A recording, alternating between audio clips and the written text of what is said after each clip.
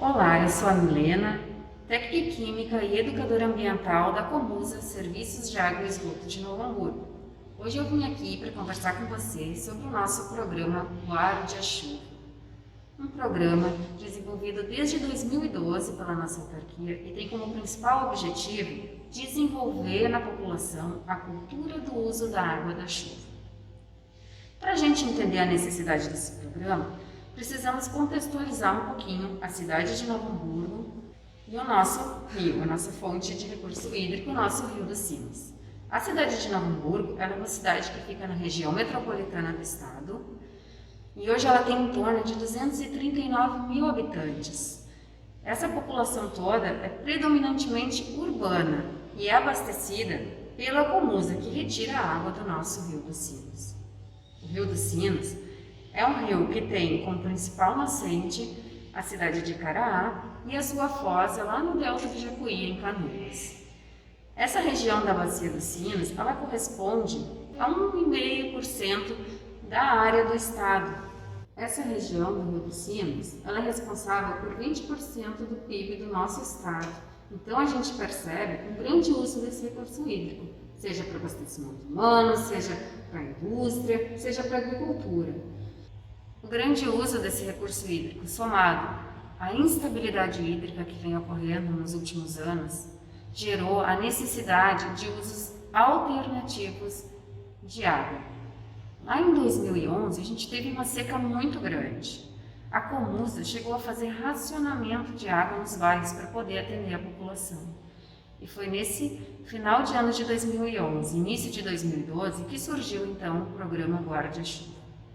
Esse ano de 2020 foi um ano onde o período sem chuva foi ainda maior do que lá em 2011, o que reforçou a importância e a necessidade do uso de uma fonte alternativa do recurso hídrico.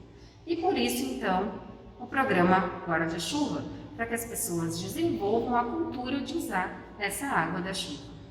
Falando um pouquinho, então, sobre o programa. Como surgiu o nosso programa? Lá no início, a gente pensou como fazer a população ter a cultura do uso. Então a gente criou um material informativo falando sobre a importância do uso desse recurso alternativo, como ela poderia usar, né, como ela poderia armazenar. E a gente sentiu a necessidade de algo mais prático. Foi então que a gente criou o protótipo de cisterna. Uma cisterna que fosse fácil de fazer, que qualquer pessoa conseguisse montar na sua casa. E essa cisterna, então, é o nosso modelo. Vou dar uma explicada aqui para vocês agora, mas lá no final do nosso vídeo nós vamos disponibilizar um vídeo do passo a passo que vai ficar mais fácil de você fazer a confecção da cisterna. Então, você precisa primeiramente de uma bombona, aqui a gente tem uma bombona de 200 litros, mas pode ser que você estiver na sua casa, tá? Aqui a gente vai acoplar essa cisterna na calha do telhado. Então a chuva cai no telhado, entra por aqui e aqui a gente tem uma espécie de filtro. Olha, é uma telinha. Para que serve esse filtro? Não vai limpar a água, ele serve para reter aqueles materiais mais grosseiros, como folhas que ficam lá no telhado. A água da chuva cai, a sujeira fica nesse filtro, essa abertura é extremamente importante para você poder retirar então as folhas e aí depois a água que passou ela vai cair no separador de primeira água. O que é isso?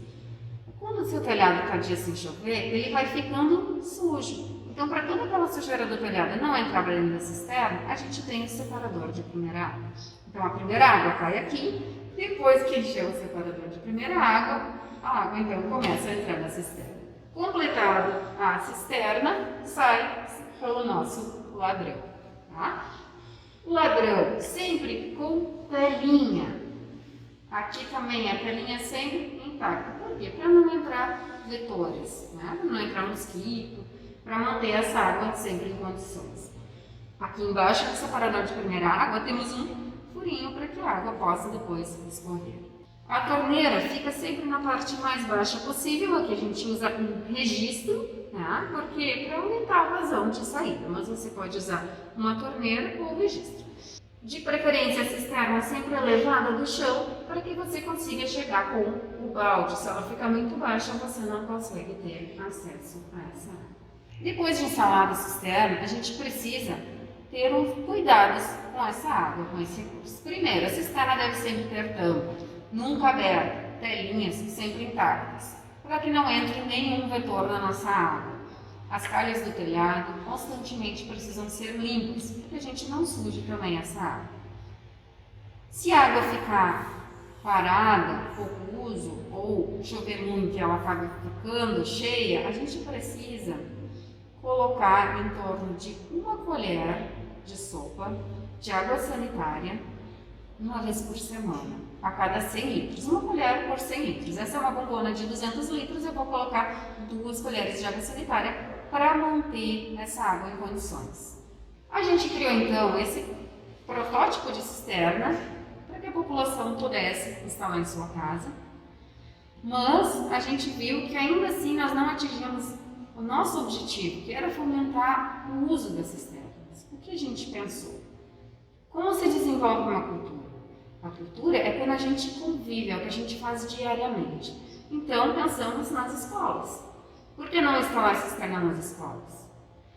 Então, essas cisternas foram instaladas, hoje a gente tem mais de 70 cisternas instaladas em escolas, mas ela não supre a necessidade daquela escola. Na verdade, a cisterna está lá para ser um instrumento pedagógico, para que as crianças reflitam sobre o uso dessa água e para que elas convivam com o uso dessa água, para que elas observem no seu dia a dia.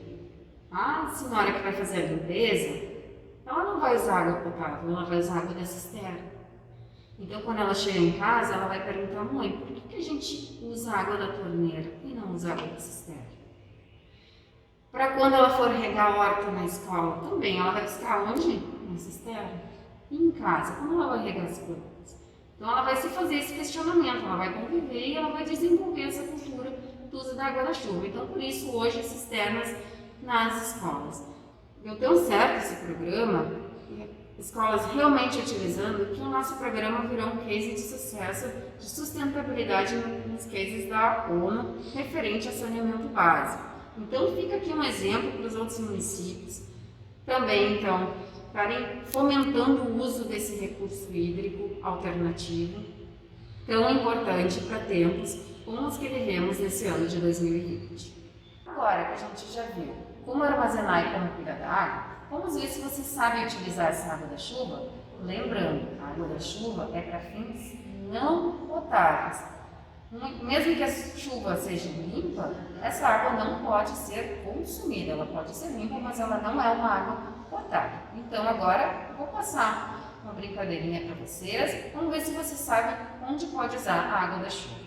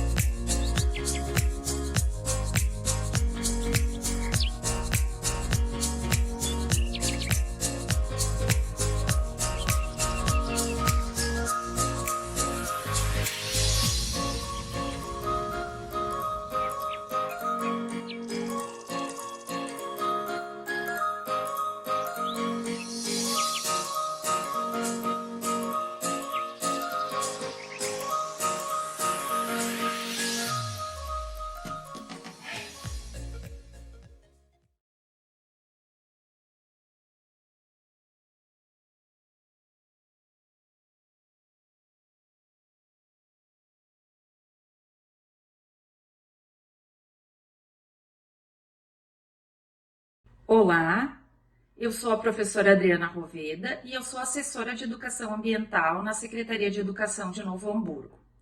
E eu vim aqui para falar um pouquinho para vocês de como a Secretaria e as escolas se inseriram nesse programa Guarde-a-Chuva da Comusa e por que ele foi bastante importante e por que acabou dando bastante certo com as escolas.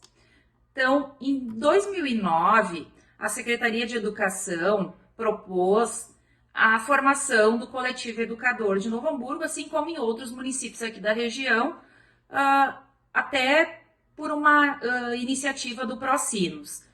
Então, esse coletivo educador acabou proporcionando muitas formações para esses professores e acabou se formando, então, esse grupo que tinha representantes das 85 escolas de Novo Hamburgo.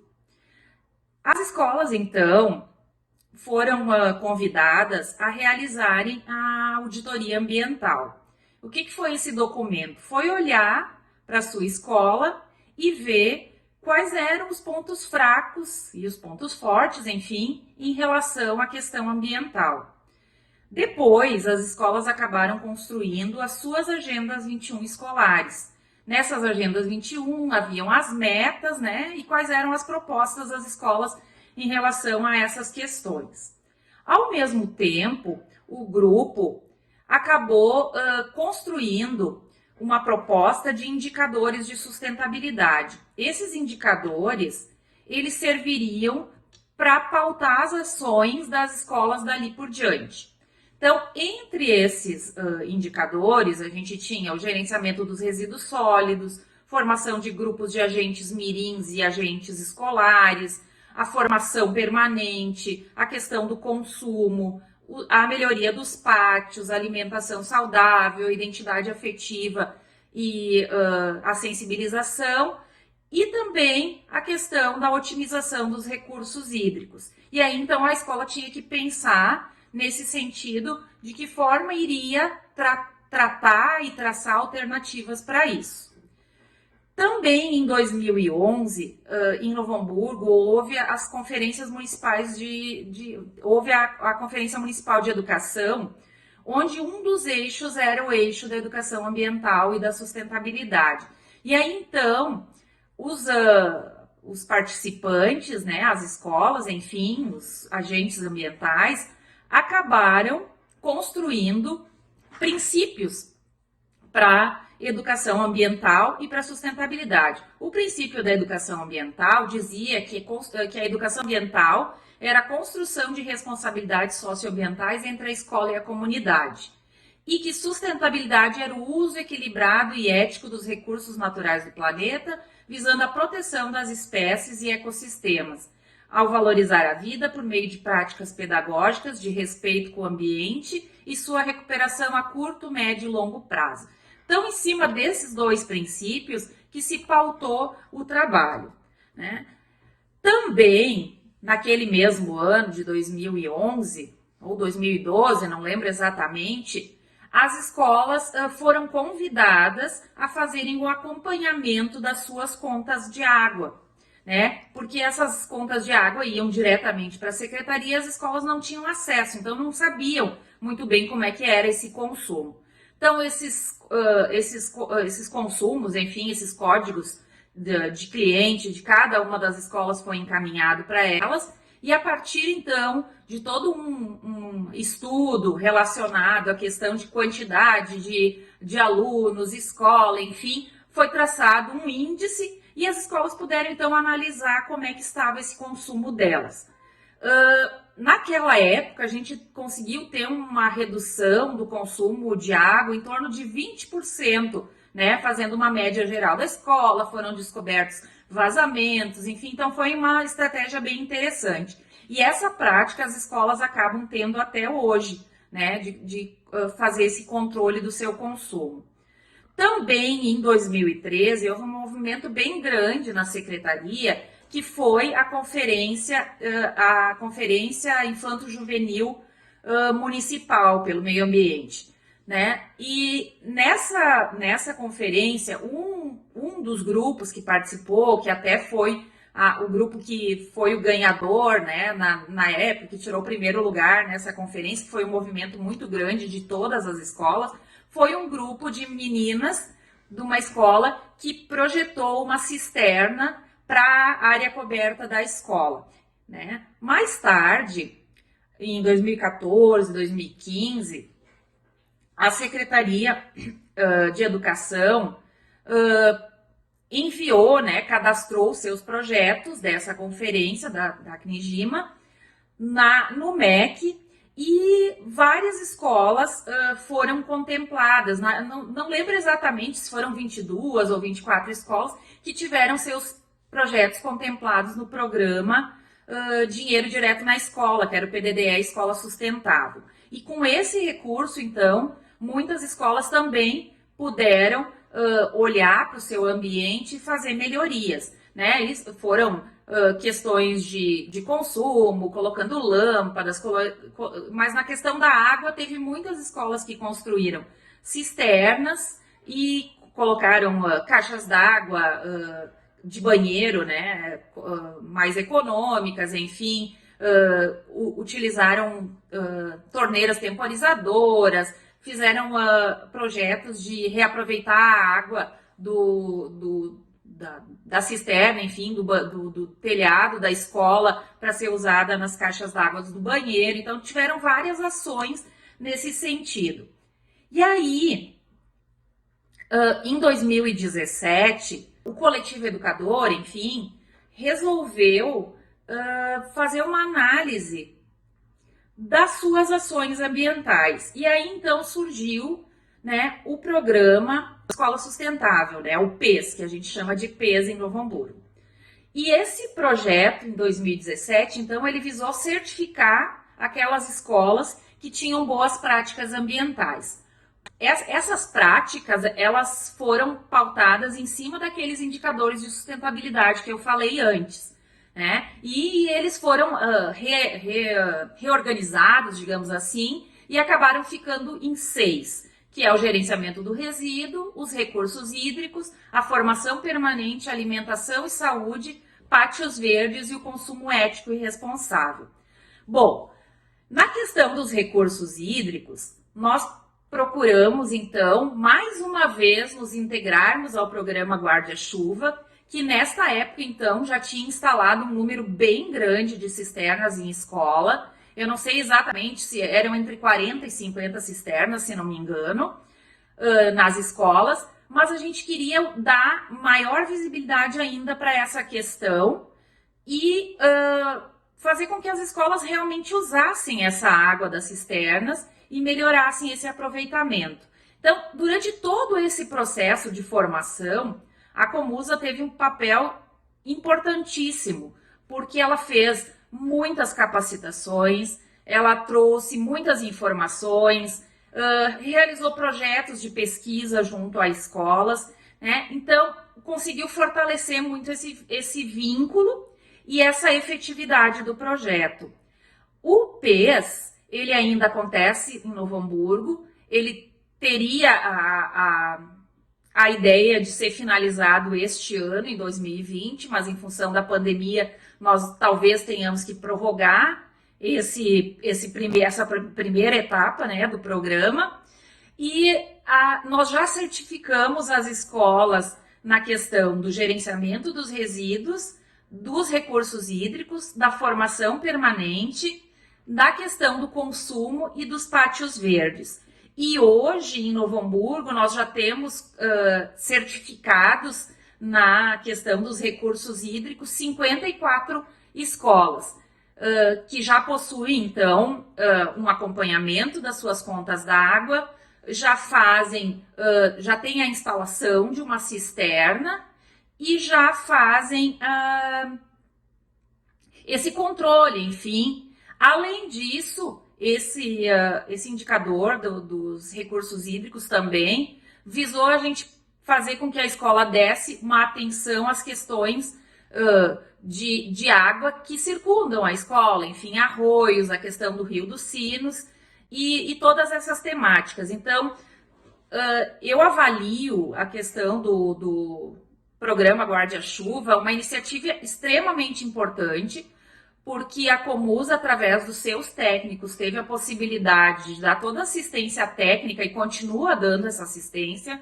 Hoje, a Comusa não está mais doando as cisternas, mas está fazendo todo o trabalho de instalação dessas cisternas. Então, a escola, ela pode conseguir com outro recurso adquirir esse material, enfim, uma cisterna, e levar, e os técnicos da Comusa vão lá, dão todo acompanhamento, fazem a instalação e depois ainda dão acompanhamento técnico para que isso continue acontecendo. Então, a gente tem muitos bons exemplos de escolas que conseguiram reduzir o seu consumo, conseguiram olhar para essa temática com fundamento e conseguiram também, através da cisterna, que eu chamo de uma cisterna pedagógica, que é essa cisterna que é instalada nas escolas, mostrar para as famílias que é possível a gente fazer isso em casa também. E a gente já tem relatos de muitas escolas que realmente usam essa cisterna, muitas famílias que usam essa cisterna no seu ambiente. Então, o que eu posso dizer é que todo esse trabalho em conjunto é que faz um projeto dar certo, né? Então, não adianta a gente vir com uma ideia, chegar lá na escola, largar, né? Dizer, eu quero fazer tal coisa, sem ter todo esse suporte, né, de educação ambiental, enfim, e de parceria que a gente conseguiu ter nesse projeto. Então, com certeza, ele fez a diferença aqui no nosso município, e essa parceria com a Comusa sempre aconteceu de uma forma muito grande e com um acesso muito fácil das nossas escolas.